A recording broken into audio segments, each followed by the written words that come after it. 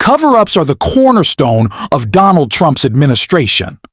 Whether it be the Epstein files, his crypto crimes, or literal bruises on his hands, Donald Trump is always trying to cover up. But if you're going to do that successfully, you need good liars around you. Donald Trump doesn't have that. Shameless liars maybe, but they're not good at it.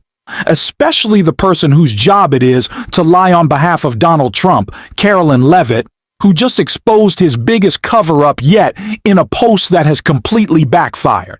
Yes, Karoline Leavitt has once again screwed over her boss exposing his health scandal, and she did it online. We're going to get into it all, but before we do, if I could quickly ask you to leave a like on this video, and if you haven't already, and you enjoy our channel, to hit that subscribe button, because it goes a long way in supporting our work. Now, before we can get into how Karoline Leavitt exposed the problems with Trump's physical health, I want to start with his cognitive decline, which was on full display in a story that no one talked nearly enough about. Trump 79 invents fake governor, an embarrassing senior moment. Donald Trump 79 confounded his audience during an executive order signing on Monday in the Oval Office, rambling about an imaginary governor named Christie Whitman.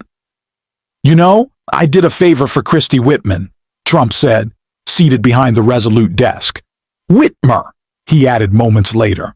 And what seemed like a fleeting moment of self-correction, though he still appeared to be referring to a non-existent Christie Whitmer. The president was likely trying to name Michigan Governor Gretchen Whitmer, especially as he soon invoked the Great Lakes. A good favor, I think. Wish the fish, the carp, the China carp. "You ever hear of it?" he asked, addressing the silent room. He continued, "China carp, and it's taking over your Great Lakes." It's also possible Trump was confusing Gretchen Whitmer with Christie Todd Whitman, the New Jersey governor, an EPA administrator who goes by Christie. Or he may have mixed Whitmer up with the Department of Homeland Security Secretary Kristi Noem, a name he has publicly fumbled before. Earlier this month, while introducing members of his cabinet, Trump misidentified Noem out on stage as Secretary of Homeland Security Kristi Kerr, while Noem stood just feet away. Another contender in the Christie confusion, former New Jersey governor and 2024 presidential candidate Chris Christie, whom Trump later referenced in his Monday remarks. "Look, Chris Christie is a slob. Everybody knows it," Trump said. "I always thought he got away with murder." The Monday mishaps are just the latest in a string of verbal fumbles by the president that have raised eyebrows. 2 weeks ago, Trump told reporters not once, but twice that he was going to Russia on Friday. In reality, he was headed to Alaska for a meeting with President Putin. And of course, he's fumbled names many times in the past. Donald Trump seems increasingly unaware of what's happening around him, showing clear signs of decline that the media often avoids covering. But now, even they're being forced to pay attention, because Trump himself keeps putting it on display. Most recently, it came up after his comments about Governor J.B. Pritzker, and that moment matters before we dive into Leavitt. Corrupt politicians and bad politicians, like a guy like Pritzker. He ought to spend more time in the gym, actually.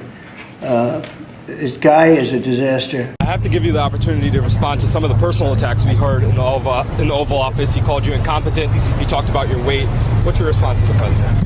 Well, you know, from my perspective, it takes one to know one on the weight question.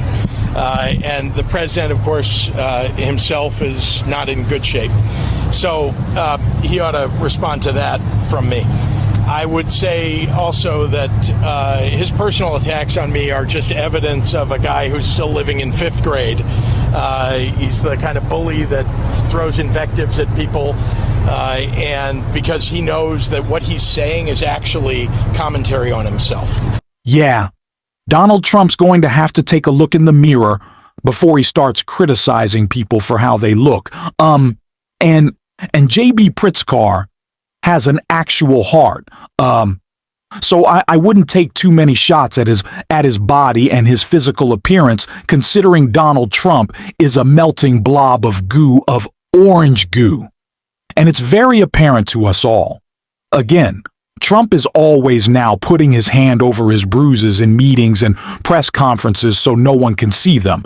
But Karoline Leavitt clearly didn't think about that when making a birthday post for herself. Trump's bruised hand pops up to wish lips Leavitt a happy birthday. Donald Trump's team chose to post a birthday message for White House Press Secretary Karoline Leavitt with a photo showing off the president's bruised hand heavily caked in makeup. The Team Trump Twitter account shared a gushing tribute to the amazing Leavitt, who Trump once praised for having lips that move like she's a machine gun. As you can see right here, Trump has a bruise on his hand covered up with makeup.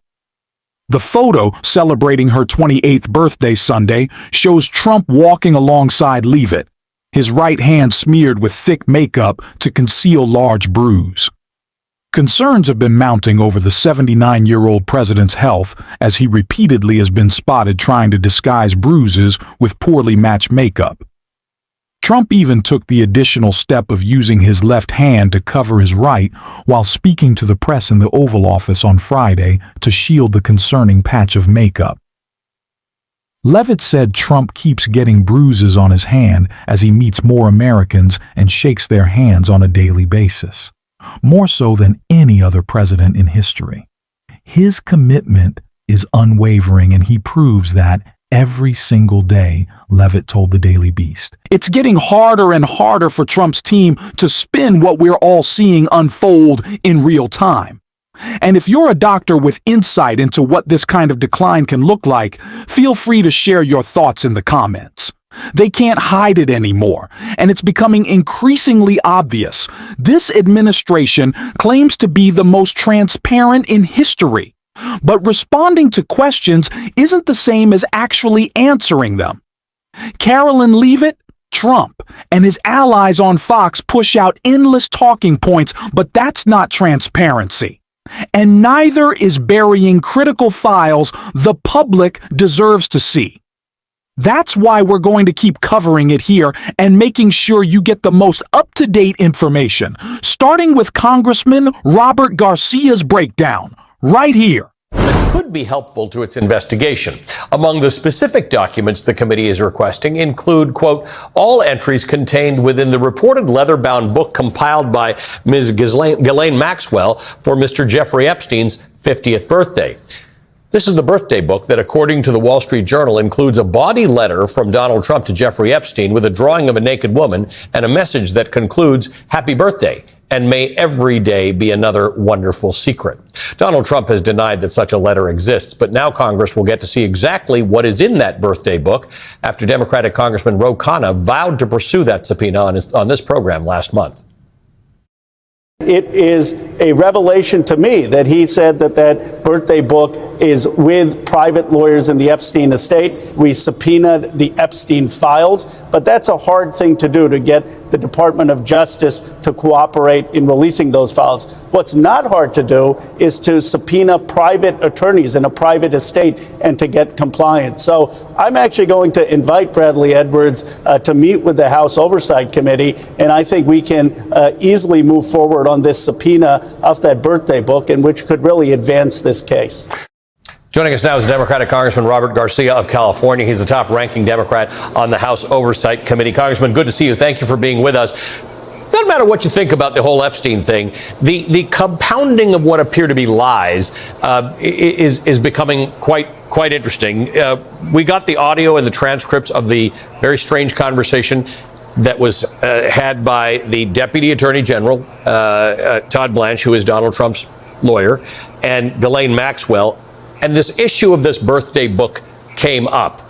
Can I just play for you a little about what they said about the birthday book and get your take on the other side? Do you remember asking President Trump to submit a letter for that? I do not. And do you remember, would you have been the one to do that, or would somebody else have done that? I did ask some people. I don't remember Mr. Trump. I don't remember who I did ask, but Epstein also asked people himself directly. Okay. So it could have happened that way, if it happened at all. Unsatisfying, to say the least. Your take on that? I mean, first, both Donald Trump and Ghislaine Maxwell are enormous liars, clearly. And this just continues, this massive cover-up. First of all, let's be clear. Ghislaine Maxwell is a convicted sex trafficker and abuser of young women and girls, is a known liar, has been convicted of incredible violence and serious crimes. So we shouldn't be believing anything she says. And as far as Donald Trump, going out and saying that somehow this book doesn't exist, it clearly does. I mean, we've seen it reported, of course, in the Wall Street Journal and other places. But more importantly, we've been fighting to actually get this book, and we told James Comer, both Congressman Khan and myself and others, that we were going to subpoena this book. And so I'm glad that Oversight is now going to get in possession of this book. I'm glad that James Comer finally agreed today to bring Alex Acosta in front of the Oversight Committee. And I think what James Comer and the Republicans finally know is that Democrats on the Oversight Committee, we are not messing around. We're going to force votes, just like we forced the Epstein files to get released. We're going to force them to take the votes that they don't want to take, and we're not going to stop until we get justice for all the victims and tell the American people that all we're hearing from them right now are lies and a massive cover-up. I promise you, we're not letting up. We'll keep covering the Epstein files and everything surrounding them, no matter how much it frustrates Donald Trump. And if you want to support this work, hit that subscribe button, leave a like, and if you made it all the way to the end, drop a blue heart in the comments. Until next time, I will see you soon.